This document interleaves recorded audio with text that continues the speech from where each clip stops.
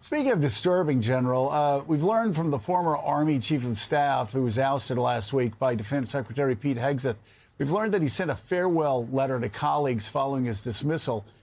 In an email that was shared with MS Now by a defense official, General Randy George reflected on his nearly 4 decades of service and thanked fellow Army leaders for their support. He also emphasized that service members deserve, quote, tough training and courageous leaders of character, which, of course, Pete Hegseth is not. The defense secretary removed George, along with 2 other Army generals last Thursday, as part of a broader shakeup of military leadership.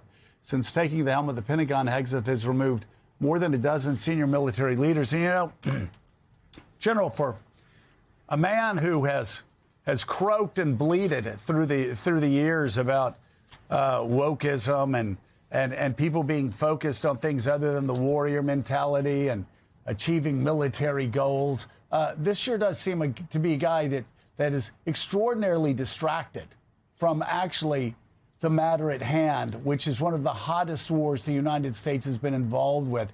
And this sort of firing at the height of that war doesn't seem to be incredibly reckless. It is incredibly reckless, stupid, and short-sighted. That's all I have to say. What say you?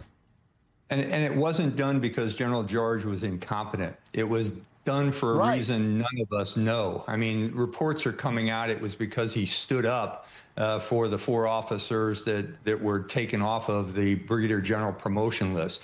But I got to tell you, Joe, I was at Gettysburg on Friday when my phone started buzzing, and I heard the news that General George, General Hodney, and General Green were asked to retire. And we, at the time that phone buzzed, we were talking about the translation of the moral high ground of the Civil War to the moral high ground of intellect and emotion and character. And I don't know General George well. I have met him a couple times, but he is reportedly one of the best loved generals, chiefs of staff in the Army. Dave Hodney, the other 4-star that was asked to retire, was chief of transformation, TRADOC, T2 command that they're calling it now, the transformation arm of the Army that looks to the future. But I know personally Major General Bill Green. He was one of my chaplains. Relieved as the chief of chaplains was just unbelievable to me. I don't know why he was asked to retire, but this is a man of huge moral character. I saw him in combat and in peacetime. He was assigned to 2 of my units, and when he was named chief of chaplains, I did a happy dance because he is one of the best in terms of a spiritual leader. So the 3 of them taking together, and based on what General George said in his farewell letter about leaders of character, tell me that their character was being constantly tested. One of the 7 Army values is personal courage. It tells you to stand up for what is right. It tells you to do your duty with integrity. That's what General George was talking about in this letter, much like, I mean, I hate to say it, much like General Milley did when he told people to follow the ideals of the Constitution. So these are men of steep intellectual courage and huge character.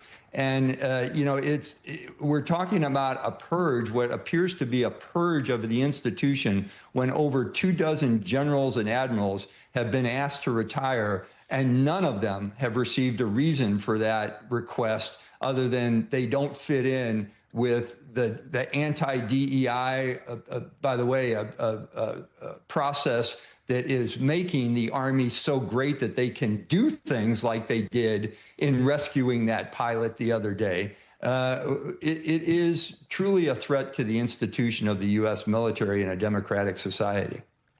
Retired Army Lieutenant General Mark Hertling, thank you so much for coming on this morning once again.